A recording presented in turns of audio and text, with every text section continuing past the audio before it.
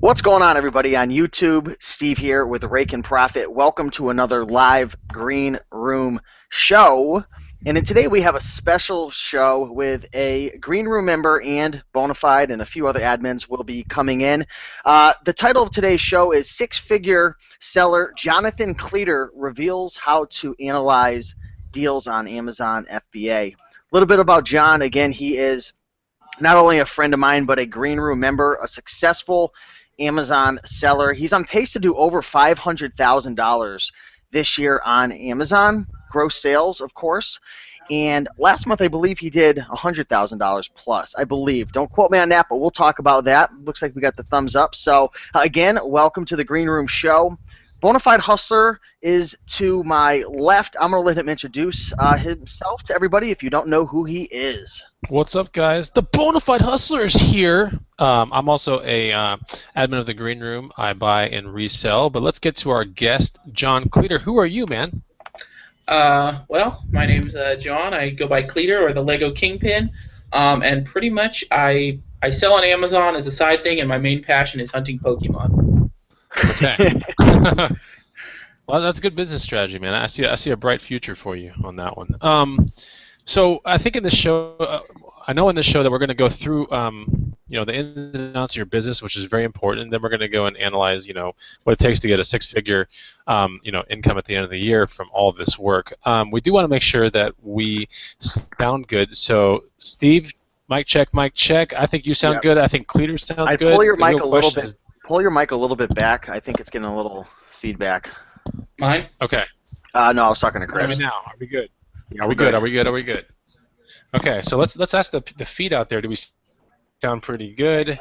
And we got John Fisher in the house who already smashed the like button. I like that. Definitely smash that like button. I mean, if your computer can't survive it, that's okay. As long as you smash the like button on our show, that's all that matters.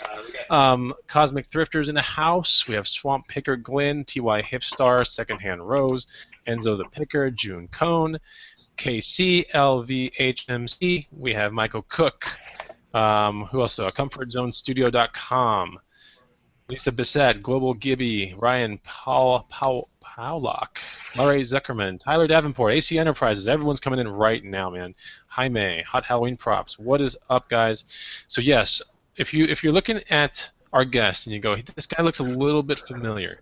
I think I've seen him somewhere. Well, if you're in the Green Room, you definitely know who he is. But if you're not in the Green Room, you might have remembered him from our Lego show, right? And we interviewed you then because you were really big into Lego back then, and you were kind of creeping out of it, right, Cleator? I was. I did a lot of Lego, mainly Lego parts, and now I'm kind of probably starting right around that time. I was starting to transition into I still sell Lego, but I sell almost basically 99% FBA. But then you can't help yourself from an amazing Lego deal. Like we saw a picture in the Green Room with you flashing all this money saying you're going to go get a Lego deal, which were very hard to find Legos, right? Well, it's not even that they were super hard to find. They were just about 50% off, and I was able to buy, thousands of dollars from one guy. He had a deal. He had a Walmart hookup, and my business partner still parts out a lot of sets. So, we have a little bit of a commission deal work there. So if I see a large quantity of Lego moving through my town, I can't just let it go by. He's like the gate, man. He's like, you cannot pass. I'm the Lego Search your vehicle for Lego. Anyway, well, it's cool. It's good to have you here. I think we sound good. Everyone's saying, hey, Jonathan, what's up? Daniel, Justin, these people you've met at the Hangout, by the way. Joel Dodson's in the house. Got my pen and paper, ready to take some notes tonight. Cleator, you better deliver. If you don't, then this is going to be a problem. I have tons of Pokemon tips. I'm ready. Traveling Troy, hi, everyone. I'm going through Green Room event withdrawals. So, yeah, I know the event was a lot of fun. That's the bad thing about the event is when it ends, you go back to like normal life. And normal life, usually for resellers, slightly lonely. Let's face it. But once a year, make it to Austin, Texas, and hook up with people that are like-minded. You always have fun.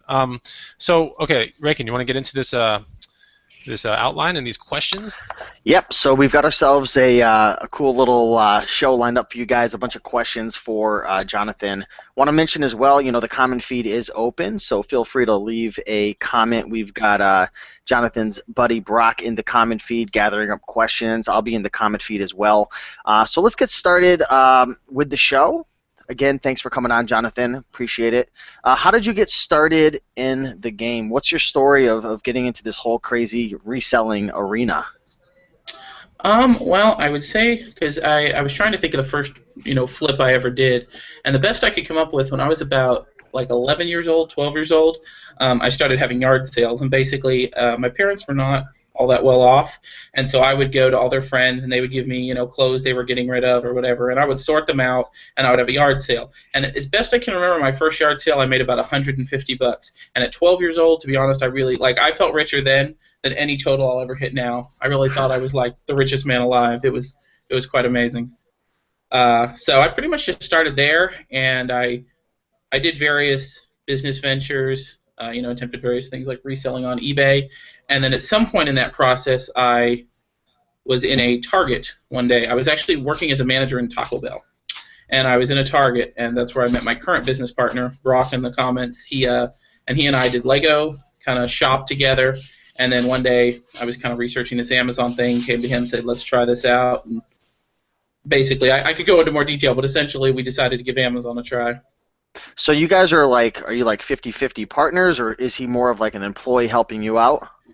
We're 60-40 partners. So we do most of the shopping together. I handle a lot of like the meetups, like ASD, things like that, and I do a lot of the research and coming up with the new ideas. But he definitely, when it comes to capital, when it comes to ideas, I couldn't do it without him. He's great about really helping me he's more down to earth and better with numbers. So cool. When you were in Austin, Texas, you and I got to talking at Whole Foods, and that's where I started hearing a lot of your life story. And you told me that you were homeschooled mostly in life, right? I was. I have never been to a public school or any other school. I was homeschooled my whole life. Yeah, I've struggled, to socially acclimate, but I think I'm doing pretty well. I'd say you're doing pretty well. My wife really liked you at the meetup. She thought you were like insanely funny and really cool, and it just always seemed like wherever you were, like I knew my wife was close by because she always wanted to like laugh and giggle. So anyway, the fact that you were homeschooled and everything, where did the business knack come from? Because where did all that just emerge out of? If I had to pick someone, I would say probably my grandpa.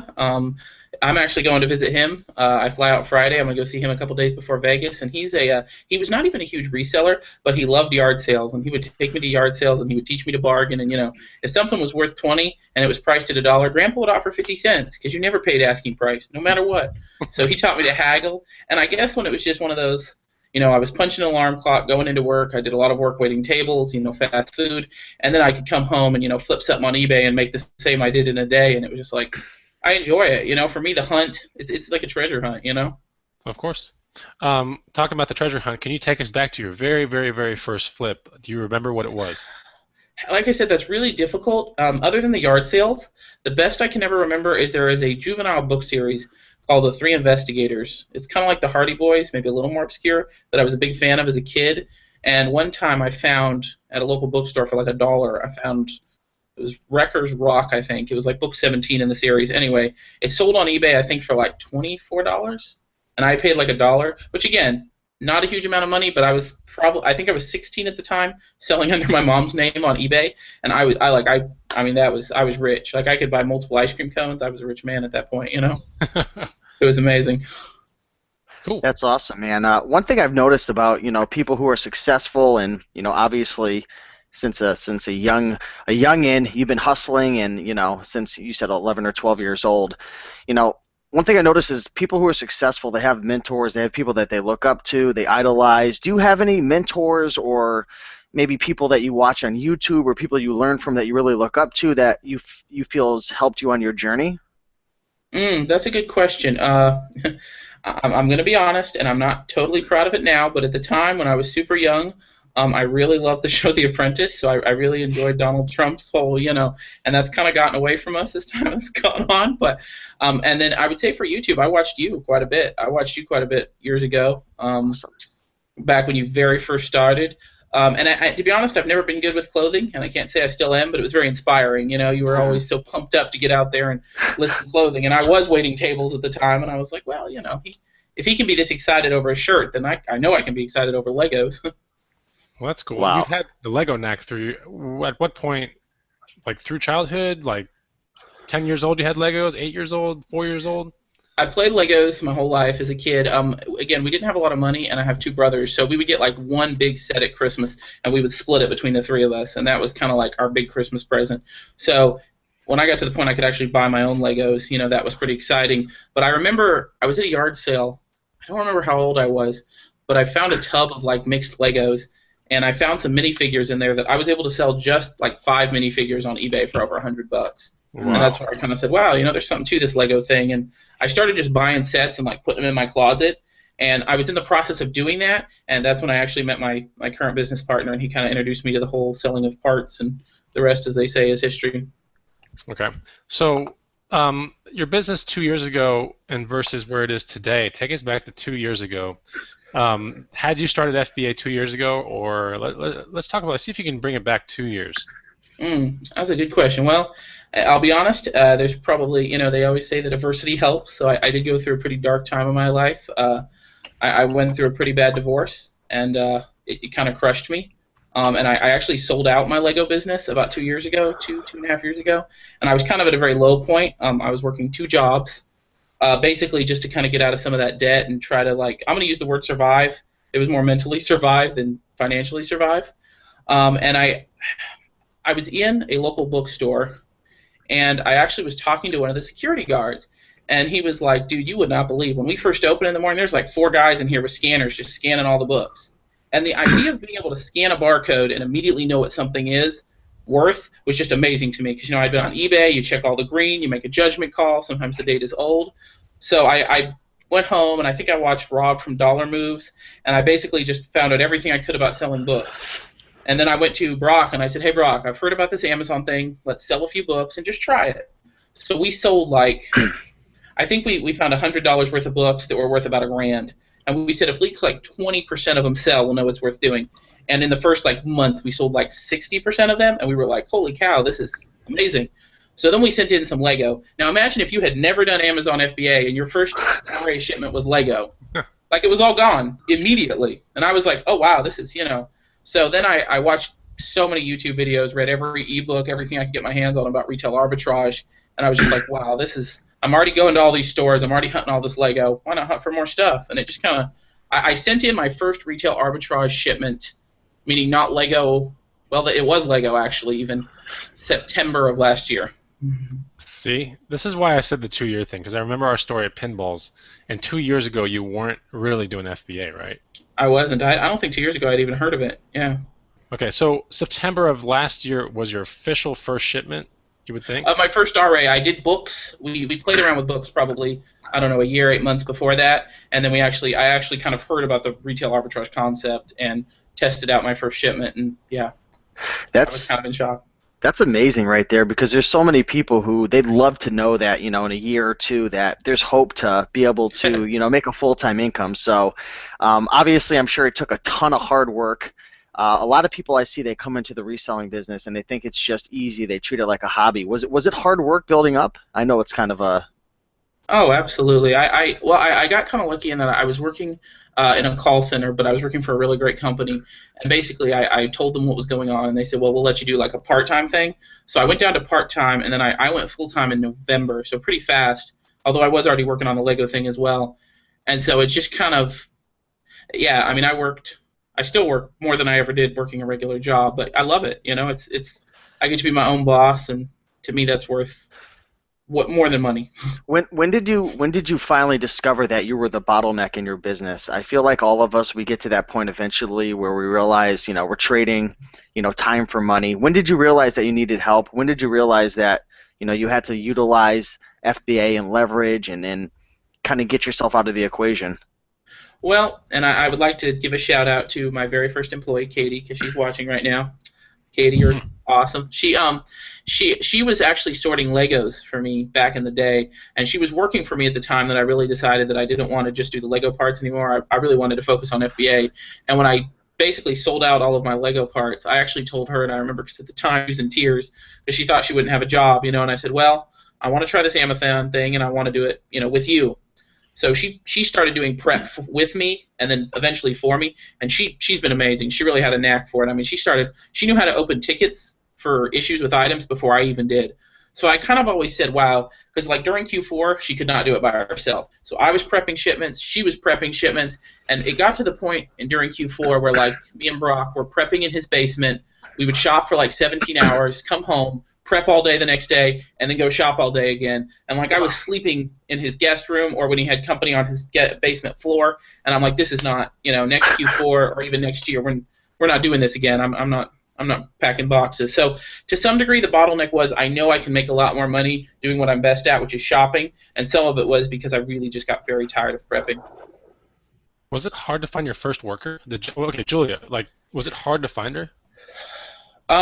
Katie kind of, I got... Katie? Is it Katie? Oh, her sorry, name was Katie. Sorry, okay. Katie, yeah. Her I don't know name how to was Katie. She was actually dating one of my friends at the time, so I got lucky on that one, in that I just said, hey, do you want to try that out? I did have one employee before her that did not work out, so there was that challenge. He and I are still friends. It wasn't for him, and so I've been very lucky in my employees. I try to mainly hire people other than her. The two people that I've hired since and the third person that I've worked with since, I've only hired people that I've worked with in my previous job. So I reached into the talent pool that I had interacted with previously to that and looked for people I felt were underpaid. Because to be honest, I see people almost in a way similar to what I do with Amazon. I want to find people who are better than what they are being paid. They have talents that are far undervalued at their current job. Okay. Now let's talk about when you realize this bottleneck thing occurring. At what point? I mean, how do you get to a six-figure month out of no? I mean, you start doing RA in September of last year. You've cleared 100K in sales last month, right? Yeah, last month I did 83K in sales, but my rolling 30-day average right now is about 109,000 in sales. So Robert Benarez will yell at me if I don't clarify that. When it came to the start of your growth, did you involve loans, credit? I mean, are you still involving loans, and are you credit cards with points? I mean, people do it different ways out there. Mm-hmm. Well, there's a couple things to that, and let me just address it because there's a couple things that I think can really help people in the green room. When you are first starting your Amazon business, and this is true of me, this is true of anyone else, you really need to start with cash, and I mean those first couple of shipments. Because if you are going to be using a loan, a credit card, anything, an Amazon loan, any other people's money, and you're going to owe that money, you need to make absolutely sure. Like I saw a post in another group today, and she said, I just got my credit card bill, it's $8,000, and I've only done $1,000 in sales. What's going on? If you have to ask that question, you're doing it wrong. Like that's not cool. So what you need to do, and this is what I did, is you go out, you find products, and I would encourage you if you have a limited budget, to go to yard sales, go to thrift stores, find books, find things that are super low buy cost, super high profit. And in the beginning, you should not be in a Walmart. You should not be in a Target. You should be at a thrift store, at a yard sale, because you want to spend as little money as possible for as much value as possible. And you need to prioritize fast flips, which I still do that in my business model. Just to give you an idea, I sold 2,800 products in the last 30 days. Currently in inventory, I have 1,800 items. So I turn my whole inventory pretty much every 30 days, or at least that level of volume. So if you are new, do not use loans, use cash, and by the day you get your payout, you need to try to spend it as quickly as possible on the highest profit you can find. Now, I will say, I got to the point where I said, I know what I'm doing, I want to expand my buying power, and I absolutely did use credit cards. And I would be happy to make some suggestions as far as credit card points. I probably am generating about $800 a month just in credit card rewards points in additional profit. I'm actually getting to the point now where I'm generating enough income that I'm starting to catch up, but sometimes those credit cards give me like a 30-day lead. I'll buy something on the 1st, and by the time I get my payout on the 25th or whatever, I can go ahead and it gives me that extra 25 days. So it let me grow a lot faster. But you do not need credit cards. You can do it without them. It's just instead of doing 6 months, it might take you 12 months, a year, because it let me go. But I really want to really be careful and tell people, if you're using credit cards, you absolutely need to know what you're doing, because they can destroy you. Okay, cool. So the stuff that you use now, I mean, what about what are these things called, like hard money loans, or like loans from like your business partner, right? Has there ever been a loan situation with him? We haven't. He and I are mutual. We both put in equal amounts of the capital. Basically, we both have excellent credit, and so we both utilize our credit cards, and then the business pays them off. So we try to prioritize. So far, I don't think since we founded our LLC, we've paid any interest. But we always try to prioritize those highest interest-bearing cards just in case something bad happened. But yeah, I've never used any. I don't get Amazon loans in Tennessee. They don't do it here. I've never gotten a business loan. It's just been a combination of credit cards, cash, and flipping things as fast as I can.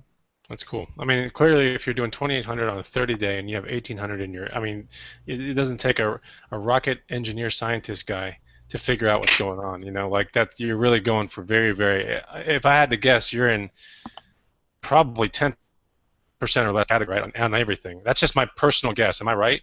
You said I'm probably 10% less on what? I mean, 10% or less, like top 10% of any rankings. You're focusing on really crazy, like fast. Yes. So in the same way I said, if you're just getting started, it is very important that you use all cash. There are different levels of the business. Like there are people in the green room, and I certainly won't name them, but they have quite a bit of cash built up, and so they can afford to buy something that'll take 60 days to sell, 90 days to sell. I'm not quite at that point. I'm getting close, but my goal is I look on Jungle Scout, and if you're not using it, look on Jungle Scout. It estimates how many you'll sell in a month. You have to take into account how many sellers are on the listing, but I try to pretty much only buy something that I can sell in a month. If the profit's phenomenal, I might go 60 days on, say, 10% of my inventory, 20%, but never more than 60 days unless it's like spend $1 to make 100 or something ludicrous, Okay. Awesome, cool. man. What's up, Young? Young in the house. Young's in the house. What's up? Sorry Introduce for being yourself, late. Young. Hey, what's going on, guys? My name is Young, also known as Retro Aficionado. Sorry I'm late. Had some last-minute business to take care of. But Jonathan, it is always good to see you, my man. What's up? Hey. So I think it's a good time that we transition a little bit off of our outline right now and kind of cover the topic that we had in our title, which is analyzing deals on Amazon FBA. Could you take us from the store? Say you're in Target and you're scanning an item. Let's talk about what are some things and factors that that come into play when you're analyzing a deal, whether you're going to buy it to flip in your business. And of course, this is relevant to your business model. I want to put that out there first of all because John's buying something, I buy something, he pays a certain amount, doesn't mean you should do it. He's got his own business model. So with that being said, what are the factors for analyzing deal when you're in a store and you're scanning a brand new board game or something like that? I think something that needs to be said, and I would say this for me, and I would encourage the rest of the green room. If you ever are post in the green room, should I buy this, and you post a screenshot of the Amazon seller app, that is never going to be enough information, because if you take into account the different scenarios I've described, let's just say, for example, I'm going to use Steve and say Steve only has a $500 sourcing budget. Steve needs to be buying some things that are going to bring him in $1,000 or $1,500. When I look at a purchase, I say I do have the money that if I have to take a 30% profit, meaning if I have to spend $10 and make 13, or get 13, meaning to make 3, I'm okay with that. Because right now, with the amount of money that I try to spend, if I'm trying to spend $40,000, $50,000 a month on that profitable product, I can't always double my money. The 100% ROI buys just aren't there. But for my business model, it needs to be a fast seller. So I can look and say the rank is good, the profit is low, I'll take it.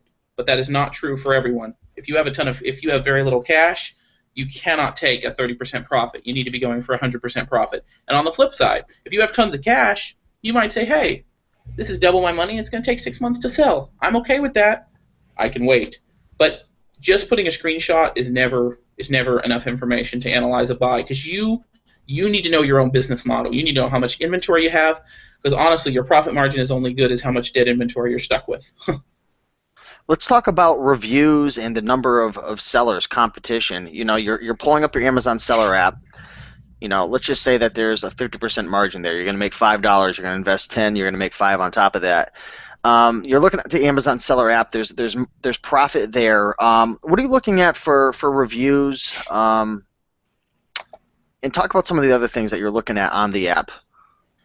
I would say, I mean, when it comes to the app, and I do want to say that shoes are probably a bigger exception to this. With shoes, I'm going through the reviews, I'm seeing and I don't know how familiar yours are with shoes, and certainly I'm not an expert, but Yep. Shoes, I have a lot of things I have to look at. I'm looking at reviews, number of sellers, because they're just a different animal. But with normal products, I don't pay that much attention to number of sellers unless it's ridiculous and the rank is bad. Meaning, if it's a borderline buy, if I'm like debating, I'll use that as a pushover factor. But I will say this, I am very aggressive in my pricing. When I build my business model, I say I'm going to make this much profit, and I'm going to assume I'm going to lose this much money in price drops and price erosion. So on my repricer, I'm not stupid. I'm not going to come in and just drop the price by $5-10, but I will come a penny under you until you give up, and I don't care how low I have to go.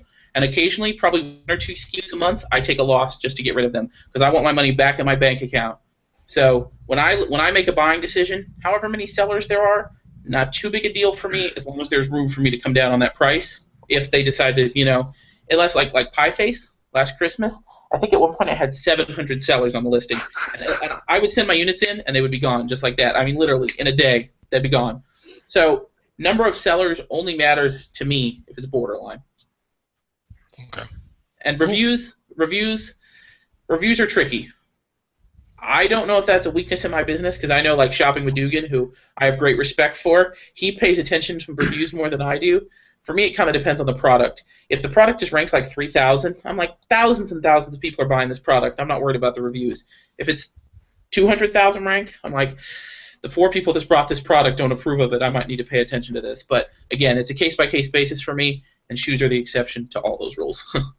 Any big mistakes you're noticing new sellers make when they're analyzing a deal? Maybe people that you've hung out with, or maybe mistakes that you made when you first started in terms of analyzing deals, and some mistakes that you made. Anything that comes off the top? I think sometimes actually the most common one, especially in the green room that I've seen, is paralysis by analysis. They post buys, and I'm like, let's put it this way: if you don't buy this, I'm going to drive to your town and I'm going to buy it. So please, please buy it. Like, so many awesome buys get posted in the green room every day, and I'm just like, literally, you are asking us to give you the courage to make the decision. And I've seen that in person. I've seen that in other Facebook groups. If you are going to be a business owner, if you are going to be self-employed, then you need to take the courage, use the rank, use the reviews, use the number of sellers, whatever factors you have to use to make an intelligent decision, but you have to realize you're the boss. You make that decision. Because honestly, if not, why not go work a job and let a boss make that decision for you? And I always help anyone I can. I'm just saying, if the rank is good, the profit is good, make a decision, make that buy, because you're leaving money on the table if you don't. So I would say probably the biggest thing that I see is people they let the fear get in the way of a good buy. I want to make a quick clarification because there are some beginners who are in the chat right now, and I want to say that this show is going to be a little more, I'd say a little more advanced, intermediate to advanced. Would you guys agree? There's some people who are asking, what does ROI mean and what does RA mean? Do you want to clarify that real quick? Sure. RA is retail arbitrage. Commonly, that's buying things in big box stores to resell them. And ROI is return on investment. So that means if I spend $10 and I bring in $13, I had a 30% return on investment. Awesome. Chris, you want to bring us back onto the outline, man? I was throwing some curveballs at him real quick. That's good. I also want to say, like, Cleator came down into Austin, I want to say in September of last year, and we were hustling, thrift stores, and we went to Toys R Us, and I was really blown away with how much this dude knew about not only Lego, but just everything else in Toys R Us, period. And then we went to a Target, and they had heaters on clearance or something like that. Remember that, Cleator? I do. Yeah, they had these heaters, and he just knew how to crunch data so well. I mean, he was going down from like the ranks, the reviews, the fact that heaters don't sell in Austin because who the hell needs a heater in Austin? But he's like, look, how many people are cold up in the north, that still want a heater right now? Blah blah blah blah. He's like, these are gonna sell within, and he had it down to within 30 days, and he was so right. They sold within like day 21, like like all the heaters were gone. I think I bought 10 that day, maybe more. But anyway, they were these small like compact heaters, and he was like, "Look, you're gonna spend like 9 out the door, and you'll walk with like 14." He's like, "That's a really good ROI in my book for the ranking and everything." Anyway, he crunched this data so fast, and he's like, quite honestly, he's like, "You need to pull that." All of that, you need to clear this entire shelf, and I cleared half, but not the whole thing. And I was like, well, why don't you clear it? And he's like, I don't have any more room. He's like, my car is full, or something like that.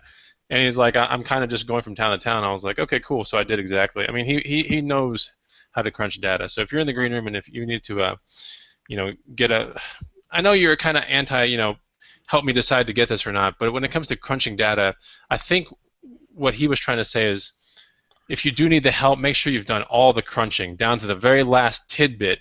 And if you want to see a professional's opinion on the matter, then I think that he would come in. Any one of the professionals in the green room would come in and help you out there. But yeah, I mean, there's a lot of. I mean, let me ask you this, Cleator. How many things do you deal with? You got Jungle Scout. You have the Amazon Seller app. Are you doing Scoutify? Are you doing any of these other ones? I have Scoutify. I don't use it very often because I do have Profit Bandit, and I've been using Profit Bandit for a long time. So for my shoes and my clothing, although I did scan a pair of shoes the other day in the Amazon Seller app, and a rank popped up, so it may be changing. Oh, really? But usually shoes don't have rank. No, and to answer your question, I do want to confirm, I would be happy to help anyone. If you need to post a question, that's what the green room's for. What I'm saying is the screenshot's not enough. We need to know what your business plan is, a little bit about your budget, some idea of how much money you have to spend before I can say that's a good buy. Because someone with $500 to spend and someone with $50,000 to spend, whether or not something's a good buy is very different. So I'll help anyone. Just please give me details, because I don't want to be a detriment to you. I don't want to tell you an awesome buy for me that's going to have you, running through your sourcing budget too fast. Yeah, that's definitely important, guys. If you're asking any questions, whether it's in the green room or outside the green room, try to give as much detail as possible so you can really get a concrete answer. But we're at the halfway mark right now. We're at 9:30, and you know what time it is. First of all, we got to thank you all for coming and hanging out with us. We really appreciate it. Also, Yang Man, there's 167 people watching right now. Only 41 likes, man. I mean, my father's a CPA, but I'm no mathematician. I was going to say, I am not a mathematician myself. I at most, I got a C in math in college, but something just doesn't seem right here. We need that thumbs up. I think something isn't right. Hey, Cleator, tell them what do you think they should do? If there's now it's 50 and 5, what do you think Cleator is going wrong here? I think they should do a combination of hitting the like button and then see if there's any Pokemon in their area. I think those two things are just My wife is still trying to figure out what the little other Pokemons on the top of the towers means. Do you know what that is, Cleator? I think that's a gym. Yeah, it's like something like that. Yeah. Anyway. Like you can go over there and like train other. I joke about it a lot. I do spend a lot of time sourcing, so I'm not quite as versed in the Pokemon lore as I probably should be. But I've found a few good ones in random Walmarts. Has anyone been looking at like the Pokemon games and stuff? Like anything Game Boy's been like increasing in price lately. Look at the sold listings on eBay and Amazon. I saw some Pokemon backpacks that seemed more expensive to me than they normally would be, but I would say there's probably a pretty good spike coming. I've got this game right here, and can you guys see this? Oh yeah, we know what that is. Look how much I paid for this at a yard sale. Oh man. Oh wow. I paid 50 cents for this. Don't say anything, but in the comments, guys, this is a Game Boy Pokemon Blue game. What do you think that this thing is selling for right now? I'll give you 5 seconds. 5, 4, 3, 2, 1. Chris, what's your guess? $40. I was going to say 30, so I don't know much about each stuff, but 30? I was going to say 35. This is at $79 on FBA right now. Holy cow. A few minutes ago, a couple hours ago when I looked, and it's just crazy. I don't know if I'm going to get that. They're like 50 to 60 on eBay, but crazy. You probably will get that, honestly. Is it not restricted? Is it not restricted on FBA? Some of the older Pokemon No, it's not. People were saying that because I just recently sold a Pokemon themed Game Boy with the yellow, and I sold it for $140 just the other day. That was on eBay though, but it's not restricted on Amazon for some reason. So I think it's the older stuff is fine still. Yeah, it's random. Like I think it's the one because I know that if you look on eBay, you'll find like sellers who have tons of that stuff counterfeit. So I think too many counterfeits have popped up on a few of the listings.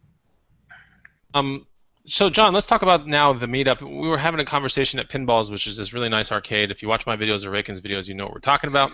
But at Pinballs, we were talking about your business currently, and your business currently now has a warehouse involved, correct? It does. I use the term warehouse loosely in the sense that it's basically a large office. It's about 1,300 square feet, and then I have 3 people that work for me, and basically it's my prep center. So you were telling me that you were at whatever pool or hot tub at the hotel you're staying at in Austin. Well, looking at your phone, watching things getting checked in, or watching things sell. Remind me of this story real quick. It was pretty awesome. So my business partner was actually out on the road shopping, and he was training another shopper. So he was sending me screenshots of the profitable items that they were finding for us to resell.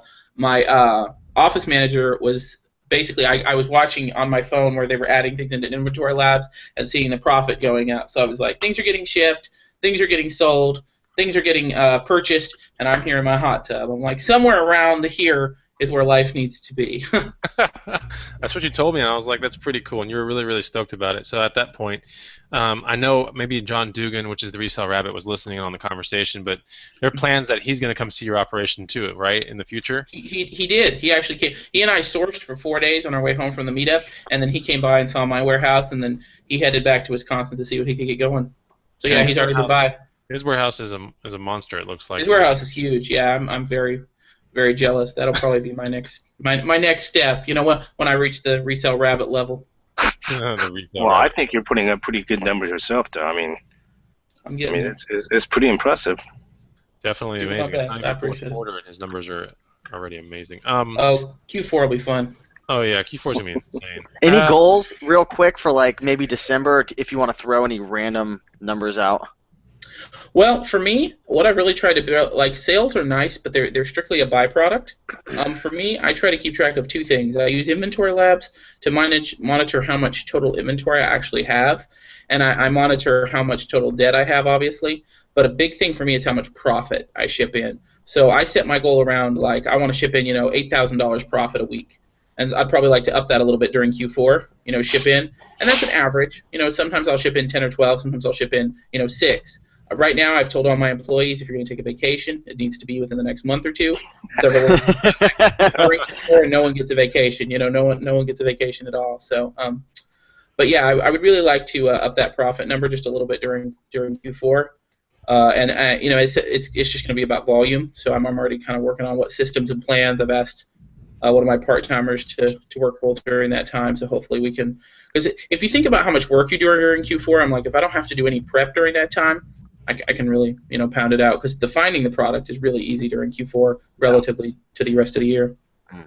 Yeah, I find that on my last Q4, it was always finding almost the same stuff. You were just going to stores finding the same exact things, and it's probably 30, 50 SKUs deep. But for me, that's what it seemed like. So I got pretty fast at it. The only thing that slows things down are like polybagging and stuff. Just really dumb things. But for the most part, everything was just super, super fast. I'm talking shipments every day, multiple shipments a day.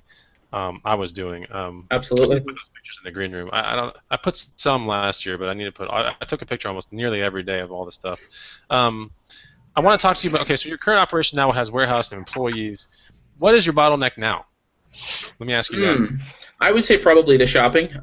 We're experimenting now with systems to actually have people shop for us. It's complicated. I mean, there's commissions. There's the fact that they have my credit card. There's the fact that they have to make those buying decisions. What do we pay them to make those buying decisions? What are our liabilities surrounding that?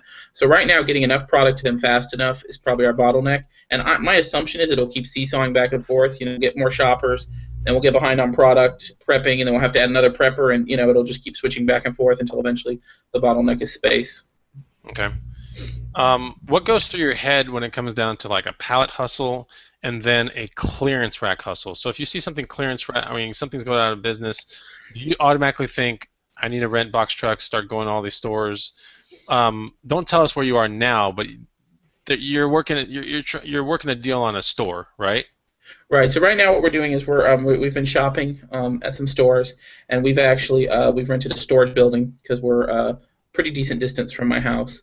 And what we're doing is we're actually he and I have been. Well, I'm in a hotel right now. We've been in a hotel the last couple of days, and basically we're just filling up that storage building, and then we're going to either he or one of our employees is going to rent basically like a U-Haul and make a run and take all that stuff back to the warehouse to get prepped. So we've discussed various systems with that, and honestly, that's even something in my business I'm still figuring out, how to expand that network. And I realize I'm going to drop a big bombshell here, and a lot of people are going to disagree with me, but as someone who puts a ton of money and time into work, people talk about how Cody Hawk says that retail arbitrage is dead. Clearly, retail arbitrage is not dead, but it is going to keep getting harder. It's going to keep getting more challenging, and I don't want to be, and I think I said this in my last video, they once asked Wayne Gretzky why he was such a good hockey player, and he said it was because he doesn't skate where the puck is, he skates where the puck is going to be.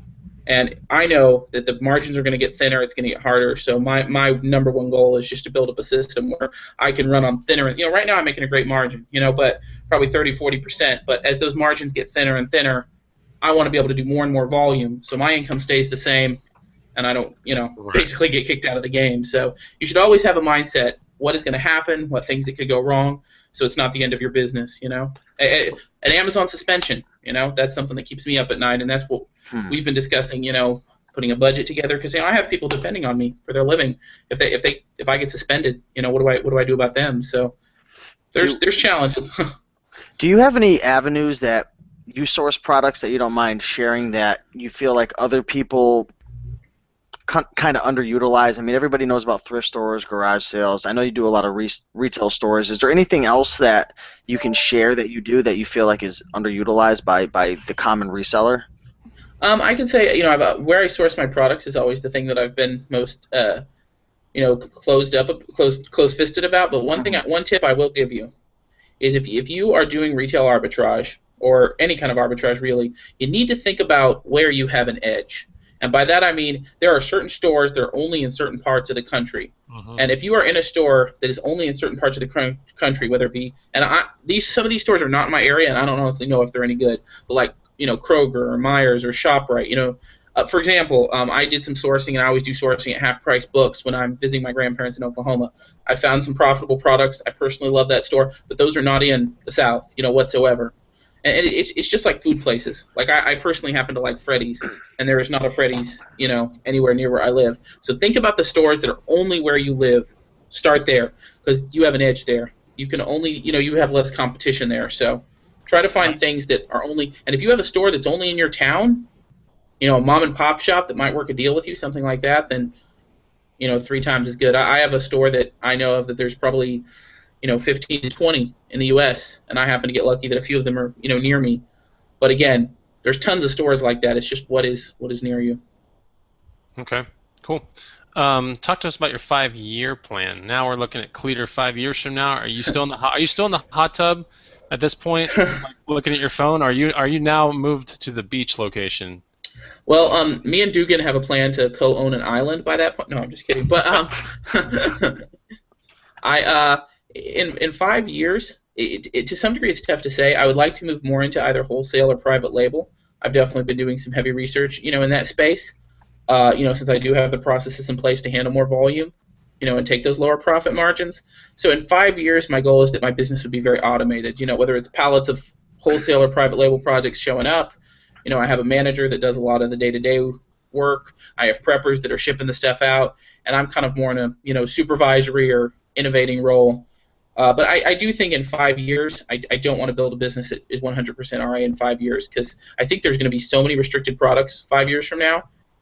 It's a large pool of money, but it is shrinking. And I heard Paw Patrol got restricted recently, and I don't know about you, but I made a lot of money in Q4 off Paw Patrol. Yeah. And it's not every ASIN, but a lot of them are. And so what you need to do is, you need to be a little bit ahead of the puck there. It's going to get harder. So I'm trying to think in 5 years, what new stuff is Amazon going to come up with that I got to deal with?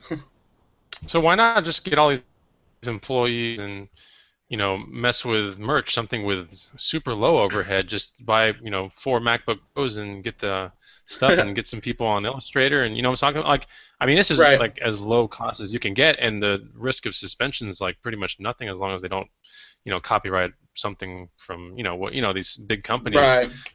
I'm just talking out loud. But let me ask you this. No. It's a concept, and I'll be honest with you. We all have concepts. Like, for example, I've considered having my employees maybe in the slow month help me contact different wholesalers. But the reason I haven't done merch is honestly it's just not something, like, I'm not super creative. And it's just not a field that I've taken a huge interest in. And honestly, it probably is a weakness in my business to some degree.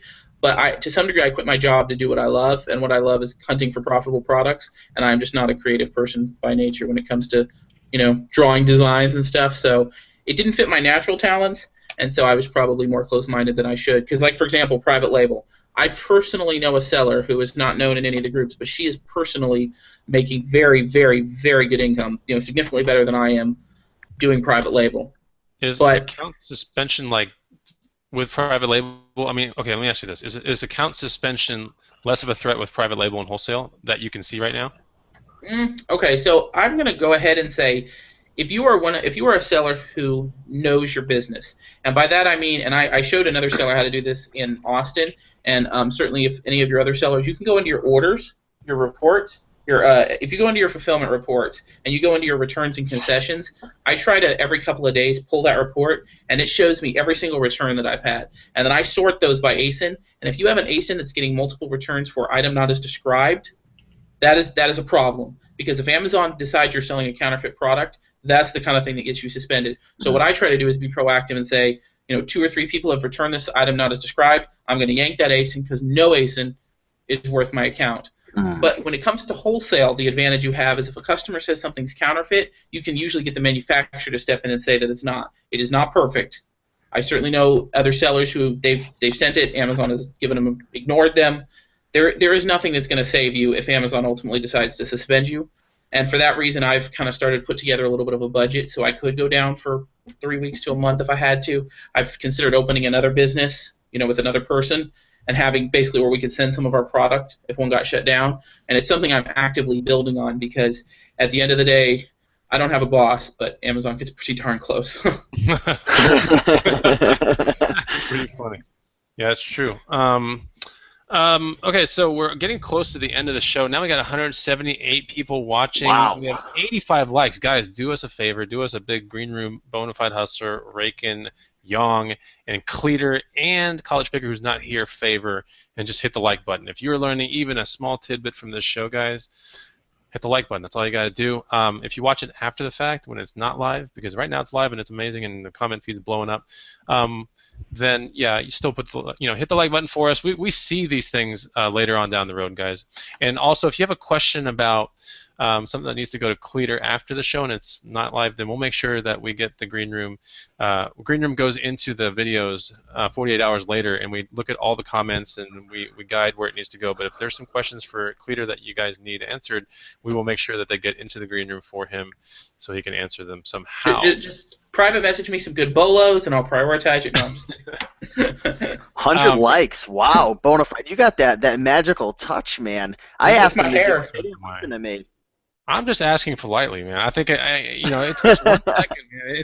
It's 0.028 of a calorie right now. I'm asking you guys to burn. So if you can burn that, hey, you're a part of my bona fide favorite list. Let's talk about Cleator's wealth of knowledge. That's right, Retro, and you're in the feed. We have Dan Mack.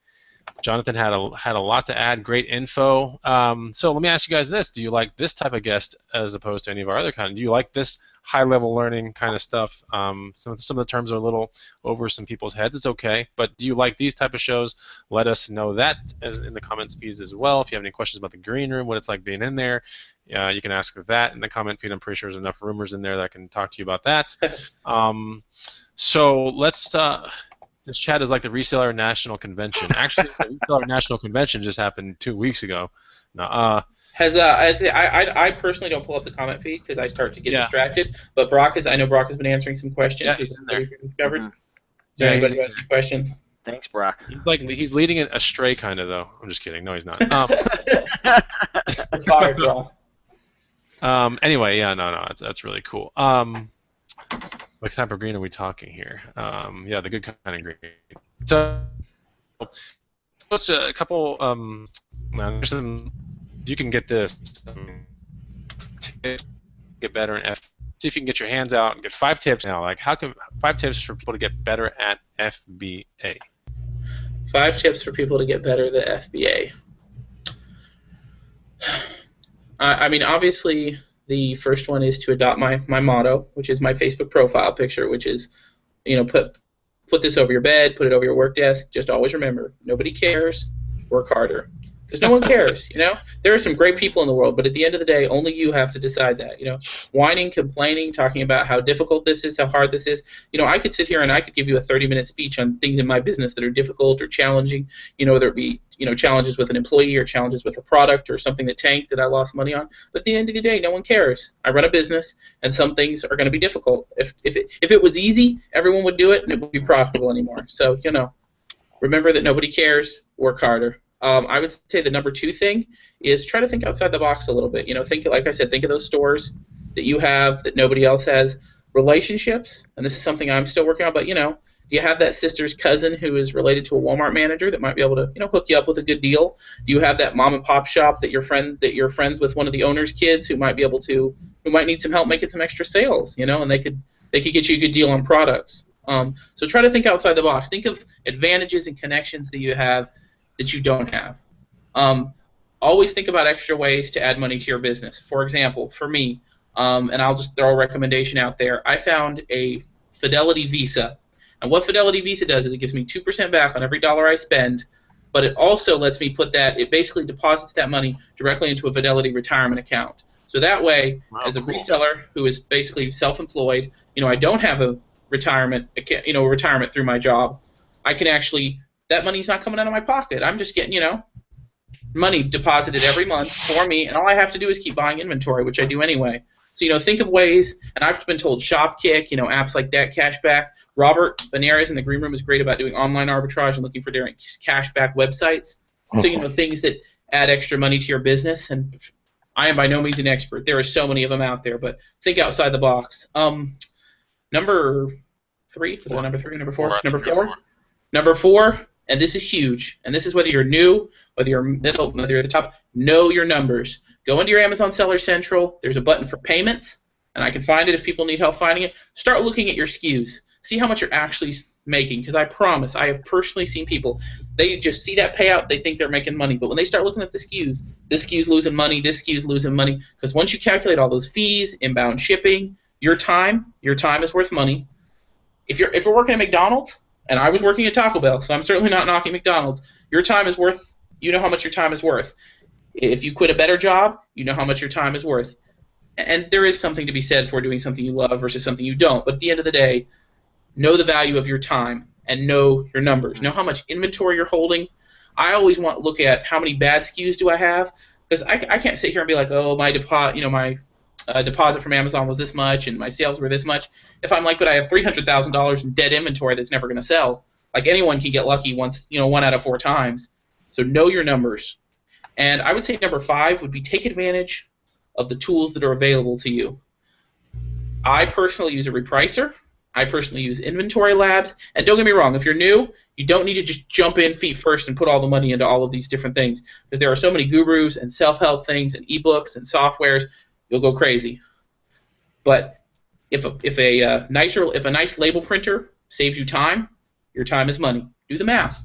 If having inventory software saves you time, saves you money, do the math. Because at the end of the day, you have to say, my time is worth this, this will save me this much time, and it's worth this. And that goes back to knowing your numbers. As long as you know your numbers, you can make a decision on almost anything. I can say, hey, this is great software. You run the numbers, you decide if it's great for your business model, because only you can decide that. That's part of being your own boss versus working for the man or woman. Thank you for those 5 tips. That was awesome. Like that out there. I want to ask the YouTube people, do you like those 5 tips? You can definitely, when this show becomes an actual show on Raiken's channel, you can actually go back and replay the whole video, write down the 5 tips. We've got some great comments coming in here from Jennifer Leland saying, massive value here, fellas. Thank you. Flying Thrift says, best show to date. And we've had a lot of shows. Yeah, that's huge. That's pretty amazing right there. People are really raving in the live feed. If you're watching this after it's live, you're not going to be able to see these comments. It's only a live thing. That's why you got to come live. Thanks for all the great information. Think outside the box, WMBG coupon. So a lot of great comments. Thanks, Jonathan.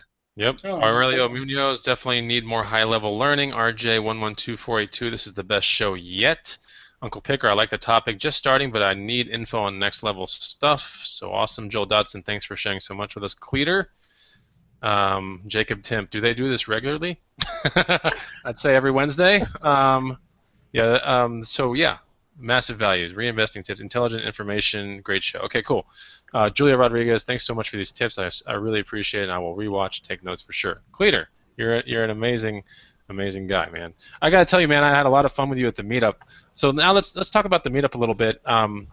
And think about, when I talk about the meetup, I want you to think about the general sense of meeting people in the physical sense, whether it be at the ASD thing in Las Vegas, or meeting people at the Green Room meetup, right? Because this was your first true meetup, right? This Green Room meetup. Correct? It was. I went to Vegas, which was obviously not an official meetup, but this was my first official one. And then you guys have an official ASD meetup now through, maybe it spurred out of the Green Room, but either way, that's happening in 3 weeks, 4 weeks, something like that? Next week? Next week? Okay, next week, sorry. Next week. Okay, so you guys have... Gather again. Let's talk about the concept of meeting other resellers in the physical form. What can you say to that statement? Is it beneficial to you? Does it sidetrack your business too much? Is it worth getting around like-minded people in the physical form where you can just... For sure. I mean, what do you think on that statement? If and certainly I'd hope that I could give a shout out to a few Green Room members here, but I mean meeting everybody was was super awesome and super inspirational. I tend to be a little obsessive, as I'm sure you can imagine, when it comes to my business, and obviously the average person doesn't really appreciate that. If I'm like, hey, how's life? By the way, here's my such and such through Inventory Labs, my such and such stats. So when you hang out with a group of resellers, they actually appreciate that. You can have a conversation. Certainly, me and Jason Clark. We've been friends, hung out in Vegas, hung out here. He's a great guy, but we'll spend a long time, discussing numbers, discussing business. Robert Benitez, he and I spend large amounts of time arguing because that's what we enjoy doing. It works for us. He's a great guy. Jameson. I mean, I have to say this about Jameson. I have never seen a man who could find that many different men's turquoise clothing items. I honestly didn't think that much turquoise clothing. It's insane. Like Justin Bieber is jealous. But he's a great guy, has lots of great advice. So the 4 horsemen will gather in Vegas again. But for sure, there's a lot. I mean, meeting all of you, of course. Being able to say I met all the YouTube personalities plus Raiken profits. I mean, it was amazing. We appreciate it. Yeah, it was just a lot of fun. We were trying to give people, the ability to, and a lot of people sourced outside of the meetup too, because we had our little agenda going. You showed up to some of the outdoor events too, which was cool. You did a walk with us. I remember that, and then.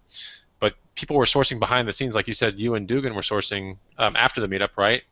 Yeah, we spent about 4 days on the road together. So that was a lot of bonding, both good and bad, and we really got to know each other, and it was awesome. We learned a lot from each other. He's a great guy. He really knows his stuff. So getting to go out there and pound the pavement with him a little bit, because honestly, in Austin, I took it pretty easy. It's probably the closest I've come to a vacation in like a year. So it was really nice to get back in those stores and have somebody to bounce ideas off of. John, would you have ever met Jameson or Robert Benitez or Jason Clark or Resell Rabbit if it wasn't for the Green Room? I would say that I wouldn't. No, I would say it's pretty strongly likely I would have never ran into any of them. You met them through the Green Room, all of them? I met all of them through the Green Room. So I owe my thanks to the Green Room for meeting all those awesome people, and I'm still mad at y'all about Robert. But you have to take the good with the bad. A funny story. I was actually hustling with Jameson last weekend at garage sales. And I was like, we could break it up and do some retail arbitrage a little bit. And Jameson was like, look, man, this whole town is destroyed. The town is wiped clean. Like I feel bad for us. He's like, you don't understand. Like, he's like, me and Katie Kachi, the girl from New Jersey, we went even like 40 to 60 miles away from Austin in like a certain direction or two or whatever. He's like, we cleared out places there too because the town was wiped out, man. He's like, it's done. The town is toast. He's like, you're not gonna find anything. I made a comment during the hangout. I was like, the Green Room meetup. I mean, we bring. If you guys think about it, I mean, it's not me trying to be funny or brag, but the meetups get bigger and bigger, and we're bringing so much more economy into Austin. Well, I would say that's a fair statement, especially. I mean, hotels, retail arbitrage. I mean, think about it. IHOP and Taco Deli owe you a debt of thanks. IHOP, Taco Deli, and I've seen some of the pictures from like 3 a.m. where you guys are passed out at the table. And that is someone too. It was awesome meeting Katie, but I don't know if you heard this story, but we had people like I think it was Jameson and Katie who like randomly ran into each other in a Target like in West Virginia. You had people sourcing all the way down here from every direction. Yeah, they did tell me that. Crazy. Like I'm like, there are so many recent. Like this is amazing from a meetup perspective, and my worst nightmare from a shopping perspective. All my competition is everywhere. It was like the WalMarts. I swear these Walmarts had been hit so many times. It was insane. It was insane. I feel bad for you, Chris. Like, I'm glad it's not your only hustle, because you would have a bad month, man. I'm telling you, Your man. town's wiped. Jameson and I, just the other day, we went hustling for like one last time, and we hit it good on the savers from some video games, but we did go to a Walmart, and it was just like dry as could be, and we found like one tiny item, like one item, and Jameson was like, nothing survives, man. It's like a barren wasteland, like a Mad Max movie, you know, just in a retail arbitrage sense. There's like nothing left, dude. Funny. Anyway, so Cleator, this is the time of the show where we unfortunately let you go, but we also want to extend, you know, if you have any way, how do people get in contact with you for maybe, you know, anything that you want to offer to people? Even if you have, I don't know if you have training, coaching, Twitter, Facebook, anything that you want to give out to people, now would be the best time so people can follow you, hook up with you, all that kind of stuff. To be honest with you, I really don't do. The green room is pretty much, I try to help, you know, people whenever I can, kind of give back to the community. I spend most of my time focused on the shopping and leave the content creators to you fine people. You're much more photogenic than me. But I mean, I certainly, if anyone wants to shoot me a Facebook message with a question and, you know, throw in a bolo or two, obviously always appreciate it. But, yeah, I'm just here to help and meet some awesome people. I do want to say, shout out to my friend Becca, because she's going to watch it later, and she basically made me promise that I would give her a shout out. But, yeah, Awesome. I just do it to kind of give back to all the people, because there were, both inside the Greet Room and in a bunch of other places, I learned a lot of what I know from a ton of YouTube videos, some great people that, you know, they're kind of 2 or 3 levels beyond me now, so I give it back to the next generation. You know, I did put a bolo in there 2 months ago, and you were like the only person that found it. Did you know that? It was a, I'll just say it's a Guitar Hero controller Xbox. Yes. I think I found 5 of them. Yeah, you found like the only person that found it. I was like, dude, this is crazy. So I mean, clearly this was a very rare bolo, and you were able to capitalize on it. That's cool. My first one sold like not too long ago, and I paid for the entire 4 that I bought. It's crazy, man. That's anyway. cool. Yeah, mine are selling pretty smoothly. It was like middle of nowhere too that I found it. So I always enjoy, like, because, you know, I'll spend 3 or 4 days, you know, shopping on the road sometimes. So I always like to post the really rare stuff and be like, oh guys, look what I just, you know, ran into. It's just you know, make it look easy. But it 4 in one store, or 3 or 4 in one store was pretty amazing. Yeah, that's pretty cool. Well, I guess that's the show, right, Raiken? We done here? Yeah, we're at 10:01, so we want to stand true to our times. I know Mr. Jonathan's probably got more work ahead. Are you going to bed, or do you have work to do? See, now this is where the benefit of creating your own prep center. I will be going to bed. I'll be getting a good night's sleep. Me and my business partner might have a drink, relax, watch some TV, go to sleep, and then yeah, the prepping will not happen in this hotel room, so it's not too bad. Why don't you get your business partner on camera and have him say hi? Brock, you want to come say hi? Sorry, he's over there on another one with headphones. So he won't. Well, I guess I could give him one of these. Sure. What's going on, Brock? Nice to meet you, brother. How you doing, Brock? Hi. Nice to meet you, man. Just want to see what you look like. That's all. Sure. All right, man. Thanks for being in the comments and answering all the questions, man. You helped out a lot. So yeah, thanks, man. It's been a lot of fun. Thank you. Yeah, I wish you guys much success. Awesome. So that's about it, guys. We're at 10:02. We're gonna let everybody run. Thanks again for watching live. Thanks, Jonathan. Thanks, Brock, Bonafide, Young, everybody watching. If you enjoyed this video and found value in it, be sure to smash that like button. 162 to 180 people watching live the whole entire time. Awesome. So super grateful for everybody. You guys rock. You guys motivate us and inspire us. And we're just very grateful to have you. If you want to learn more about the Green Room, check out greenroomuniversity.com or get our free book, 100 Amazing Items to Resell, in the description. But with that being said, thanks for watching. Have a great night. Jonathan, again, thank you. And Barack, appreciate it. And we'll see you guys in the next Green Room Hangout. See you guys later. Good night. Bye.